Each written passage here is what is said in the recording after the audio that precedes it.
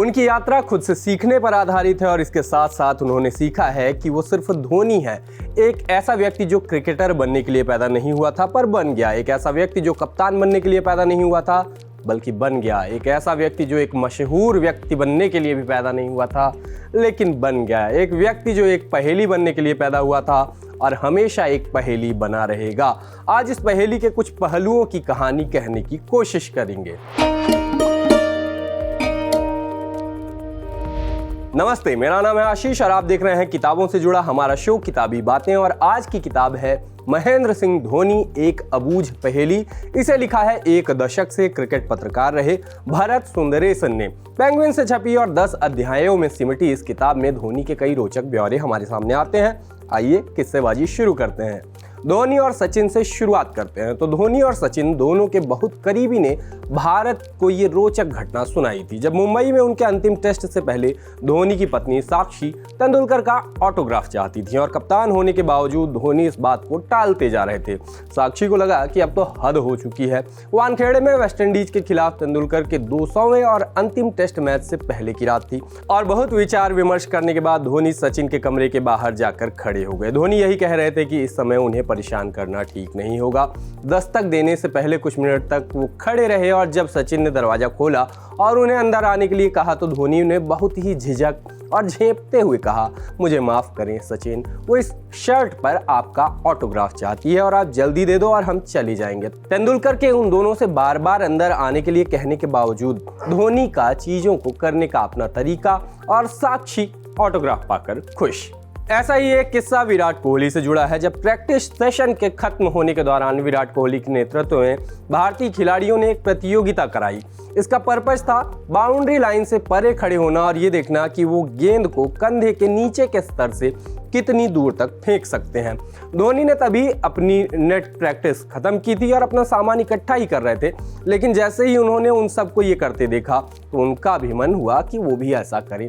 यह निश्चित रूप से धोनी के लिए वो करने का एक अनूठा अवसर था जिसे करने का मौका उन्हें शायद ही कभी मिलता, क्योंकि उनका रोल होता है विकेट कीपर के तौर पर बॉल को बाहरी मैदान से मैदान के बीच तक फेंकना। एक ही बार की कोशिश में उन्हें विजेता घोषित कर दिया गया।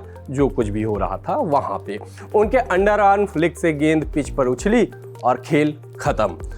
धोनी अक्सर बहुत शांत और मीडिया से दूर रहते हैं। उनके बारे में सूचनाएं कम और किंवदंतियां ज्यादा हैं। तो भरत को भी ये किताब लिखने में खासी मशक्कत हुई।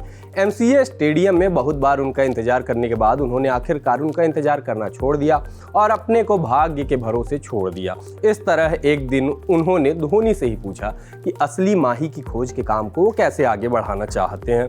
एक लंबी चुप्पी के बाद धोनी ने कहा, एक ही आदमी है चिटू, लेकिन वो तुझे मिलेगा नहीं और चिटू को ढूंढना नामुमकिन है। ये कह के वो चले गए।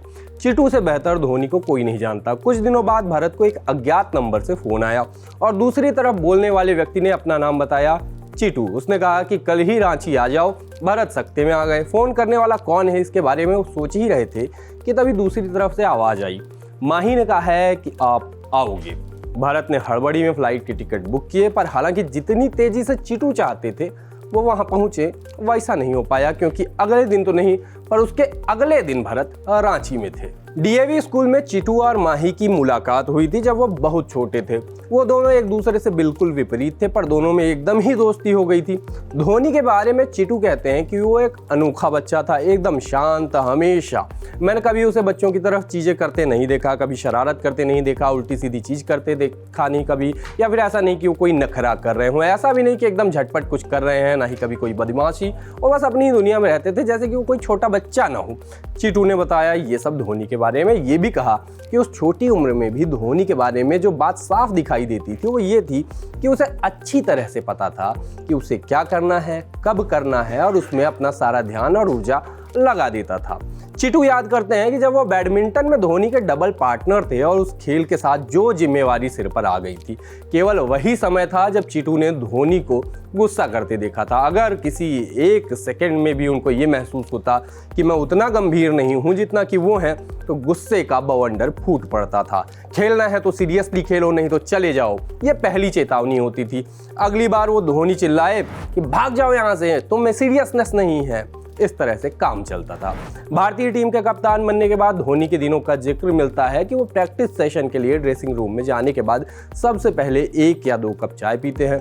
उसके बाद ही वो क्रिकेट के बारे में बात करना शुरू करते हैं। इस बीच उस 4 दीवारी के भीतर अपने साथियों के साथ धोनी हंसी दिल लगी करते हैं।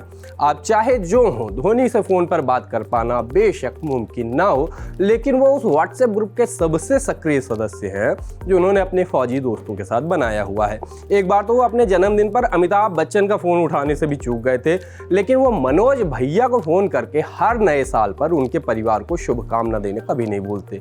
वो एक पूर्व सैनिक थे और उसके बाद रांची में झारखंड राज्य क्रिकेट एसोसिएशन JSCA जिसे कहा जाता है उस स्टेडियम के सुरक्षा प्रमुख बने और जिनकी विशेष चाय को धोनी अपना असली नशा मानते हैं। धोनी की अपने फ़ोन के प्रति लगभग अजीब सी उदासीनता भी काफ़ी चर्चित है और वैसे ही उन लोगों की सूची भी है जो धोनी के फ़ोन में तो हैं पर जिनका फ़ोन वो उठाते नहीं हैं। एक किस्सा मिलता है टीम सेलेक्टर चंद्रशेखर से जुड़ा हुआ। दरअसल IPL के एक मैच की हार के बाद जब टीम वापस लौट रही थी तो बहुत नाराज चंद्रशेखर ने बस में घोषणा की कि होटल पहुंचते ही कप्तान और कोच आके उनसे मिले। चंद्रशेखर लिखते हैं कि वो पहला साल था और मैं ऐसा व्यवहार कर रहा था जैसे मुझे एक शानदार टीम दी गई है और टीम चाहे कुछ भी करे पर हार नहीं सकती। मुझे अचानक लगा कि जैसे मैं कोई सख्ती से काम लेने वाला दरोगा हूँ और मैंने ये नहीं सोचा कि मैं कुछ अंतर्राष्ट्रीय स्तर के दिग्गजों के सामने खड़ा हूँ, लेकिन इससे मुझे कोई फर्क नहीं पड़ता था। धोनी और केपलर वेसल्स जो उस पहले सीजन के लिए CSK के कोच थे, चंद्रशेखर के सामने हाजिर हुए। भरत लिखते हैं कि उन्हें बहुत फटकार लगाई गई ताकि दिमाग ठिकाने लग जाए, जिसके बारे में वो कहते हैं कि ये बहुत सुखद नहीं था और फिर वहां से चले गए। धोनी ने तब कुछ नहीं कहा। बस में अगले दिन चंद्रशेखर ने सीधे धोनी की आंखों में देखते हुए कहा, मुझे लगता है कि मुझे जितना होना चाहिए था मैं उससे कहीं ज़्यादा क्रोधित था।